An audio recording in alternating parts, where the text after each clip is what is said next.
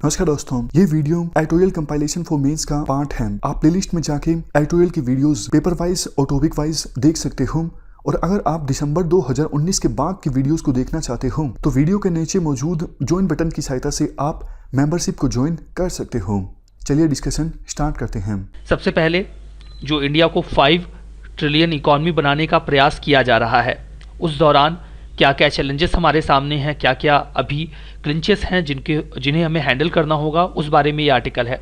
आप इसे GS paper 3 के इस टॉपिक से जोड़ सकते हैं। देखिए, अगर हम चाहते हैं कि इंडिया इकोनॉमिक स्लोडाउन से बाहर आ जाए और हम 5 ट्रिलियन डॉलर की इकॉनमी बन जाए, तो हमें ह्यूमन कैपिटल फॉर्मेशन पर फोकस करना होगा और जो रियल रीजंस हैं इकोनॉमिक स्लोडाउन के, उन्हें हटाने का प्रयास करना होगा। इस बार का जो हमारा इंडिपेंडेंस डे था, उस दिन हमारे ऑनरेबल प्राइम मिनिस्टर ने कॉन्फिडेंस एक्सप्रेस किया कि इंडिया 2024 तक 5 ट्रिलियन डॉलर की इकॉनमी बन जाएगा। तो देखिए, जब हम कहते हैं कि हम डेवलपमेंटल गोल्स अटेन करेंगे या ग्रोथ अवेल करेंगे, उस ग्रोथ का नेचर क्या होगा, ग्रोथ में कौन से कंपोनेंट कैसा कंपोजिशन प्ले करेंगे, ये इस बात को डिटरमाइन करता है कि एजुकेशन, हेल्थ और जो ओवरऑल ह्यूमन डेवलपमेंट है या ह्यूमन कैपिटल फॉर्मेशन है, उस पर इस ग्रोथ का क्या प्रभाव पड़ेगा। इस ग्रोथ का तरीका, इस डेवलपमेंट का तरीका या कंपोजिशन इस बात को भी डिसाइड करता है कि हमारा एम्प्लॉयमेंट कितना प्रोडक्टिव होगा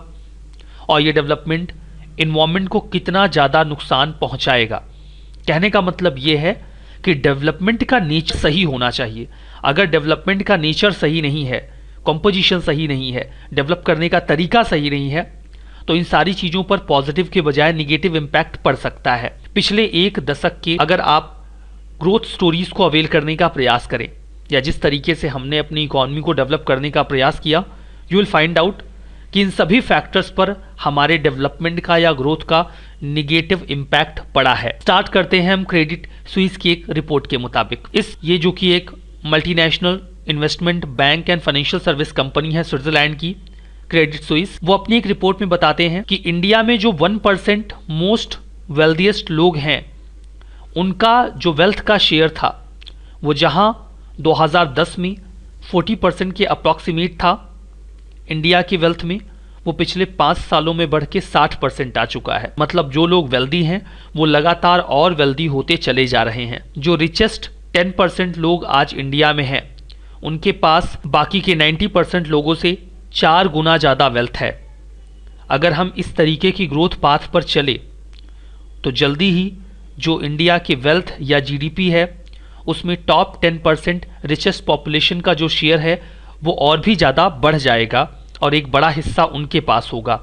दूसरे शब्दों में, जो टॉप 10% होंगे उनके पास 5 ट्रिलियन डॉलर इकॉनमी का एक बड़ा शेयर होगा, जो टारगेट अभी हमने बना रखा है। मतलब कि इस इकोनॉमिक ग्रोथ का फ़ायदा समाज के हर हिस्से को नहीं होगा, केवल एक हिस्सा इसका पूरा फ़ायदा लेकर चला जाएगा। ग्रोथ एक्सपीरियंस को अगर हम अदर एरिना में देखने का प्रयास करें तो बात करते हैं एम्प्लॉयमेंट की। ग्रोथ हाल के दिनों में बढ़ी जरूर थोड़ी बहुत, अभी तो थोड़ा डिक्लाइन पर आ गई है, लेकिन एम्प्लॉयमेंट इंक्रीज नहीं हुआ। एम्प्लॉयमेंट लगातार गिरता चला गया है और आज हम एक ऐसी स्थिति में हैं जहां पर हाईएस्ट अनएम्प्लॉयमेंट रेट देखा जा रहा है। हेल्थ और न्यूट्रिशन की स्थिति भी लगभग ऐसी ही है, वहां पर भी लगातार प्रॉब्लम्स देखी जा रही हैं और लिटरेसी रेट भी धीरे धीरे गिर रही है। अगर आप एसर की रिपोर्ट का जिक्र करें, जिसे 2018 में 2018 में पब्लिश किया गया था, जिसमें ये बताया गया कि 70 to 74% बच्चे 6 से 14 वर्ष के जो स्कूल को रेगुलरली अटेंड करते हैं, उनमें से बहुत कम ऐसे होते हैं जो सेकेंडरी लेवल पर एजुकेशन अवेल करने के लिए जाते हैं। यहाँ पर आवश्यकता ये है कि सरकार पब्लिक एक्सपेंडिचर करे एजुकेशन के फील्ड में, जिसमें हमें कई सारे काम करने होंगे। इंफ्रास्ट्रक्चर को एजुकेशन सेक्टर में बेहतर करना होगा, लोगों को ट्रेन करना होगा, जो टीचर्स हैं उनको ट्रेन करने के साथ साथ रिटेन करने पर भी फोकस करना होगा कि वो बार बार स्कूल्स को स्किप ना करें। जॉब में हैं तो जॉब को लगातार करते रहें। साथ ही क्वालिटी ऑफ एजुकेशन को लगातार फॉलो करना होगा। ये सारे काम हमें करने होंगे अगर हम चाहते हैं कि एजुकेशन की क्वालिटी को इंडिया में बेहतर किया जाए। तो अगर हम बात करते हैं एजुकेशन की ही, प्लान ये है कि हमारी जीडीपी का कम से कम 6% एजुकेशन पे खर्च किया जाना चाहिए, लेकिन आज भी हम केवल 4% ही एजुकेशन पर खर्च करते हैं। ऐसी ही स्टोरी हेल्थ में भी है। माल न्यूट्रिशन घटने का नाम नहीं ले रहा। वुमेन और चिल्ड्रन वो लगातार माल न्यूट्रिशन का शिकार होते हैं, जिससे काफ़ी समस्या होती है। प्लान तो ये है कि हमारी जीडीपी का 3% हेल्थ पर खर्चा किया जाना चाहिए, लेकिन आज भी सरकार मुश्किल से 1.5% हेल्थ पर खर्चा करती है। फाइनली, अगर आप इंडिया के ग्रोथ पर आगे बढ़ें और एक नया डायमेंशन देखने का प्रयास करें, तो हमारी ग्रोथ ने लगातार इन्वायरमेंटल रिसोर्सेज को डिग्रेड किया है। हाल के inter governmental panel on climate change की रिपोर्ट के मुताबिक इंडिया को क्लाइमेट चेंज को लेकर सीरियस होना होगा, नहीं तो यहाँ के लोगों की लाइवलीहुड पर इसका बहुत ही एडवर्स इम्पैक्ट पड़ेगा। एक और मेजर कंसर्न हमारे सामने है, अगर इंडिया 5 ट्रिलियन इकॉनमी बनने की राह पर आगे बढ़ रहा है तो that is our slow down. हम देख रहे हैं कि इंडिया लगातार स्लो डाउन फेस कर रहा है। अभी पिछले 5 कंसेक्यूटिव क्वार्टर्स से इंडिया की जो ग्रोथ है वो घटती चली आई है, और जो लेटेस्ट क्वार्टर रहा उसमें इंडिया 5% की ग्रोथ पर आ गया है। अगर हम इस तरीके की ग्रोथ पर चले तो 2024 तक तो हम $5 ट्रिलियन की इकॉनमी नहीं बन पाएंगे। नीति आयोग ने भी इस बात को अभी ऑब्जर्व किया है कि अभी जो इंडिया की इकॉनमी क्राइसिस फेस कर रही है, ये कुछ बड़े क्राइसिस में से एक है। इंडिया की जो इकोनॉमिक ग्रोथ है वो 5% पर आ चुकी है, जो पिछले कुछ सालों में सबसे कम है। सेविंग और इन्वेस्टमेंट भी लगातार गिरते चले जा रहे हैं। देखिए, सेविंग ही एक तरीके का इन्वेस्टमेंट होता है। जब लोग पैसे सेव करते हैं तो वही इन्वेस्टमेंट के तौर पे हमारी इकॉनमी में एंट्री करता है। अगर सेविंग गिर रही है तो इन्वेस्टमेंट ऑब्वियस सी बात है कि गिरेगा ही गिरेगा। हमारा एक्सपोर्ट सेक्टर भी अच्छा परफॉर्म नहीं कर रहा है। इसीलिए अभी जो थर्ड राउंड के कुछ स्टिमुलस अनाउंस किए गए, उसमें जो सबसे ज़्यादा फोकस रहा वो इस बात पर रहा कि इंडिया के एक्सपोर्ट को एम्पावर किया जाए। एक और कारण हमारे इस पूरे सेक्टर में स्लो डाउन का रहा, that was our automobile sector. Automobile sector अच्छा परफॉर्म नहीं कर रहा था, दैट्स वाई इंडिया में काफ़ी प्रॉब्लम हो रही थी। जो सेकेंड राउंड के स्टिमुलस अनाउंस किए गए थे गवर्नमेंट के द्वारा, उसमें ऑटोमोबाइल सेक्टर को सेंटर में रख के उसे आगे बढ़ाने का प्रयास किए जाने की बात की गई थी। ऑटोमोबाइल सेक्टर जो 3.5 लाख वर्कर्स को काम दे चुका है, अगर वो स्ट्रेस में है तो प्रभाव पूरी इकॉनमी पे पड़ेगा ही पड़ेगा। ऑटोमोबाइल इंडस्ट्री के अलावा और भी कई सारी इंडस्ट्रीज़ हैं जो लगातार और बहुत ही तेज़ी से डिक्लाइन कर रही हैं, जैसे कि डायमंड कटिंग एंड पॉलिशिंग, ये इंडस्ट्री भी डिक्लाइन कर रही है। टेक्सटाइल एंड गारमेंट, ये भी अच्छा परफॉर्म नहीं कर रहा। इसके अलावा कई और एमएसएमईज हैं जो आज अच्छा परफॉर्म नहीं कर रहे हैं। एग्रीकल्चर, ये एक अलग पॉइंट होगा। एग्रीकल्चर में भी प्रॉब्लम आ रही है, दैट्स वाई हमारी ओवरऑल इकॉनमी एक स्ट्रेस फेस कर रही है। एग्रीकल्चर का क्राइसिस कई सारे कारणों से है। इनपुट कॉस्ट लगातार बढ़ती चली जा रही है, मतलब कि खेतों में जब फसलों को उगाया जाता है तो किसान को बहुत ज़्यादा पैसे खर्च करने पड़ते हैं। एट द सेम टाइम जो प्रोड्यूस होता है वो बहुत ही कम होता है, उसका जो प्राइस होता है वो काफ़ी कम किसान को मिलता है। सरकार इन्वेस्टमेंट इस सेक्टर में बहुत ज़्यादा करती नहीं है, तो इन्वेस्टमेंट का पूरा दायित्व किसानों पर आ जाता है। ऐसी स्थिति में अगर कोई स्ट्रेस आता है तो किसान उसे हैंडल नहीं कर पाते। इस वजह से हो क्या रहा है कि पूरी इकॉनमी में डिमांड की कमी देखने को मिल रही है।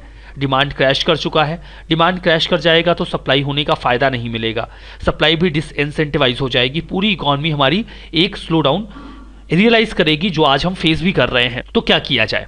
What should be done? What can be the way forward? सबसे पहले तो सरकार को अर्जेंटली पब्लिक एक्सपेंडिचर को इंक्रीज करना होगा, और इसके लिए उनका जो सेंट्रल फोकस हो वो एग्रीकल्चर हो तो ज़्यादा बेहतर होगा। वो एग्रीकल्चर में अगर इन्वेस्टमेंट करते हैं, इन्वेस्टमेंट कहाँ किया जाना चाहिए? सबसे पहले तो इंफ्रास्ट्रक्चर को बिल्ड करिए। इन्वेस्टमेंट करने का मतलब ये नहीं है कि आप सीधा लोन वेवर दे दीजिए, आप इंफ्रा बेहतर करिए। आप प्रॉपर कनाल्स में जो पानी जा रहा है उसके अरेंजमेंट करिए, जो इस तरीके का इंफ्रा डेवलप करिए कि इरिगेशन की फैसिलिटी बेहतर हो सके, किसानों को अच्छी वैरायटी के सीड्स मिल सकें, और जो भी मैकेनाइजेशन के लिए चीज़ें आवश्यक हैं वो भी इजीली एक्सेसिबल हों। इनपुट्स आसान बनाइए और मार्केट को और बेहतर तरीके से स्प्रेड करिए। उसका एक्सटेंशन करने के साथ साथ स्टोरेज की कैपेसिटी को बेहतर करिए। लोगों को ट्रेन करिए कि वो मार्केटिंग या स्टोरेज के फील्ड में बेहतर परफॉर्म कर सकें।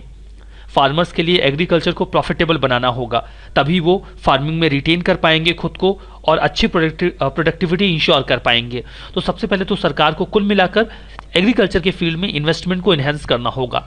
दूसरी बात कि हमें मनरेगा एक्ट जो है उसमें कीन्सियन अप्रोच को अपनाते हुए डिमांड क्रिएट करने का प्रयास करना होगा। कीन्सियन अप्रोच क्या कहता है? कीन्सियन अप्रोच ये बोलता है कि डिमांड को क्रिएट करने के लिए आप लोगों को काम दीजिए, अगर वो काम बहुत ज़्यादा प्रोडक्टिव ना हो तब भी आप लोगों को अगर मनरेगा में काम देते हैं, उसके लिए उन्हें कुछ पे करते हैं, तो फिर वो डिमांड क्रिएट करेंगे। देखिए, हमने बात की इसके पहले कि डिमांड क्रैश कर चुका है। लोग अगर कुछ खरीदेंगे ही नहीं तो कंपनीज बना के क्या करेंगी। कीनसेन अप्रोच क्या बोलता है कि गड्ढा खुदवाइए और उसे फिर से भरवा दीजिए और उसे फिर खुदवाइए। अब इसका क्या फ़ायदा मिलेगा? हो सकता है वो काम प्रोडक्टिव ना हो, लेकिन वो डिमांड जनरेट करेगा। आपने एक व्यक्ति को मनरेगा में काम दिया और उसे 300 रुपये पे कर दिए। हो सकता है मनरेगा में किया गया वो काम बहुत प्रोडक्टिव ना हो, लेकिन जब उस व्यक्ति के पास 300 रुपये आएंगे तो वो जाकर खुद के लिए खाना, साबुन, एजुकेशन या हेल्थ की सर्विसेज परचेज करेगा। अब इनकी डिमांड बढ़ेगी कि नहीं बढ़ेगी? डिमांड बढ़ेगी तो सप्लाई भी होगी, तो डिमांड और सप्लाई इन्हेंस होंगे तो इकॉनमी ओवरऑल ग्रोथ करेगी। तो सरकार को ये भी चाहिए कि वो कीनसेन अप्रोच के जरिए डिमांड को क्रिएट करने का प्रयास करें। तीसरा जो पॉइंट है दैट इज कि सरकार को पब्लिक एम्प्लॉयमेंट रेस करना चाहिए। सरकार कहती है कि एम्प्लॉयमेंट रेस कैसे करें। बहुत सारे पब्लिक ऑफिसर्स आज भी वैकेंट पड़े हुए हैं सेंट्रल स्टेट गवर्नमेंट में। अगर इन्हें ही समय से फिल कर दिया जाए तो लगभग 2.5 मिलियन जॉब्स क्रिएट हो जाएंगी। सरकार को सबसे पहले प्रायोरिटी पे रख के इस पूरे एरिना में जॉब की ज़रूरत को पूरा करना चाहिए। इससे गवर्नमेंट की इफिशियंसी भी बढ़ेगी और लोगों को अच्छी जॉब भी मिल जाएगी। चौथा पॉइंट कि सरकार को चाहिए कि वो कॉन्ट्रैक्ट्स को, जो कैजुअल या ऑनरेरी जॉब्स हैं, उनको रेगुलराइज कर दें ताकि लोगों के अंदर एक स्थायित्व तो आ जाए। उनके पास अब रेगुलर जॉब होगी तो वो स्टेबिलिटी के साथ काम कर पाएंगे और डिमांड भी क्रिएट करेंगे। पांचवी बात कि सरकार को चाहिए कि वो एडिशनल जॉब्स क्रिएट करें। बेसिक हेल्थ और अच्छी क्वालिटी की एजुकेशन को सेकेंडरी लेवल तक इन्हेंस करने का प्रयास करें। लोगों के अंदर स्किल डेवलपमेंट की कोशिश की जाए ताकि वो किसी भी एरिना में ट्रेन होकर काम कर सकें। तो इस तरीके से सरकार को अदर जॉब्स क्रिएट करने का प्रयास करना चाहिए। छठी बात, सरकार को ह्यूमन कैपिटल फॉर्मेशन का प्रयास करना चाहिए जो कि स्टार्टअप्स और एमएसएमईज को कंट्रीब्यूट कर सकते हैं। अगर हमारे पास अच्छी और स्किल्ड पॉपुलेशन होगी तो वो हर एरिना में कंट्री को कंट्रीब्यूट करेगी। स्टार्टअप्स और एमएसएमईज को ऐसे स्किल्ड लोगों की आवश्यकता होती है, तो सरकार को इस पर भी फोकस करना चाहिए। सातवां और आखिरी पॉइंट ये है कि सरकार को लेबर इंटेंसिव सेक्टर पर फोकस करते हुए वहाँ पर कुछ इन्वेस्टमेंट करना चाहिए, जैसे germs and jewelleries, textile, garment और लेदर गुड्स। यहाँ पर लोगों को एम्प्लॉयमेंट मिलता है। अगर इस सेक्टर पे फोकस किया गया तो हमारी इकॉनमी ग्रो करेगी। राइटर एक बात और भी बोलते हैं कि ऐसा करते हुए आपके दिमाग में एक बात बार बार आ रही होगी, हर बार सरकार के द्वारा पैसे खर्च किए जाने की बात की जा रही है, तो इससे हमारा फिस्कल डेफिसिट भी तो बढ़ जाएगा। लेकिन फिस्कल डेफिसिट की सरकार को इतनी चिंता नहीं करनी चाहिए अकॉर्डिंग टू राइटर, बिकॉज ये इतना बड़ा इशू नहीं है, इकॉनमी से हैंडल कर सकती है। अभी हमारा मूल उद्देश्य डिमांड क्रिएट करके इकॉनमी को स्टिमुलस देने का होना चाहिए। कंक्लूजन में ये बोला गया है कि चलिए उम्मीद करते हैं कि सरकार जो वीकर सेक्टर है उस पर फोकस करते हुए उसे इंसेंटिवाइज करेगी ताकि हम इस क्राइसिस को ओवरकम कर सकें और लोगों की वेलबींग को इंश्योर कर सकें। इस डिस्कशन में फिलहाल इतना ही है। Thank you very much for discussion.